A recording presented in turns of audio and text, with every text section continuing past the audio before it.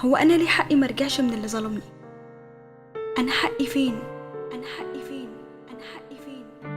في يوم من الأيام سيدنا موسى جاله الشوق إن هو يعرف ربنا سبحانه وتعالى بينام ولا لأ، فبيسأل ربنا وبيقوله: هو أنت يا رب مش بتنام؟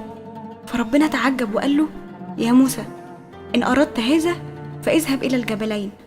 وفعلا ربنا أوحى لسيدنا موسى بمكان الجبلين، فراح سيدنا موسى واقف ما بين الجبلين بالظبط زي ما ربنا قال له. وبعيد عن الجبلين بشوية كان في بير مية. في لحظة فات شاب طويل عريض وميل يشرب من البير ده، وهو بيشرب من البير ده وقعت منه فلوس كتير، وخلص شرب ومشي من غير ما ياخد باله. لحظات وفات طفل صغير من جنب البير ده، فشاف الفلوس اللي كانت واقعة، في لحظة أخدها وجري. وبعدها بدقايق فات راجل كبير عجوز وشرب برضه من نفس البير، وسند ظهره عليه شوية علشان يرتاح. وفجأة رجع الشاب اللي وقعت منه صورة الفلوس دي، وافتكر إنها وقعت منه وهو بيشرب من البير. ولما رجع ملقاش غير العجوز ده. قال له: أنت اللي أخدت مني الفلوس. الراجل قال له: فلوس إيه يا ابني؟ أنا ما خدتش حاجة. المهم كل ده وسيدنا موسى بيراقب من بعيد ومش فاهم إيه اللي بيحصل. فجأة كلمة من هنا وكلمة من هنا، الشاب قام قاتل الراجل العجوز ده. سيدنا موسى اتفزع وقال بصوت عالي: يا رب، يا رب، حصلت مظلمة في الأرض. الطفل الصغير هو اللي أخد الفلوس والراجل العجوز مات ظلم يا رب.